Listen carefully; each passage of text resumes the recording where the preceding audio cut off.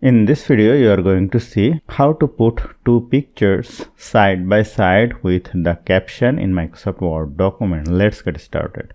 Let us go to Insert, go to Picture, go to this device.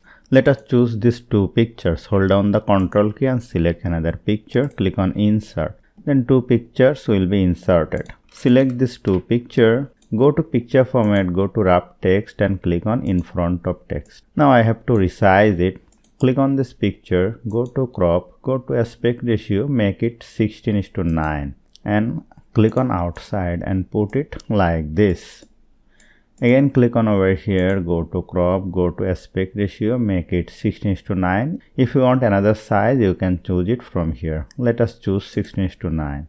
Click on outside and reduce its size. I can move it, go to picture format, wrap text, click on in front of text.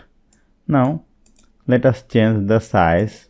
Here the size is 1.58 and 2.8. Let us click on over here, make it 1.58 and put it side by side like this. Now if you want to add the caption, click on it, go to reference, go to insert caption. Now write the caption sunset image.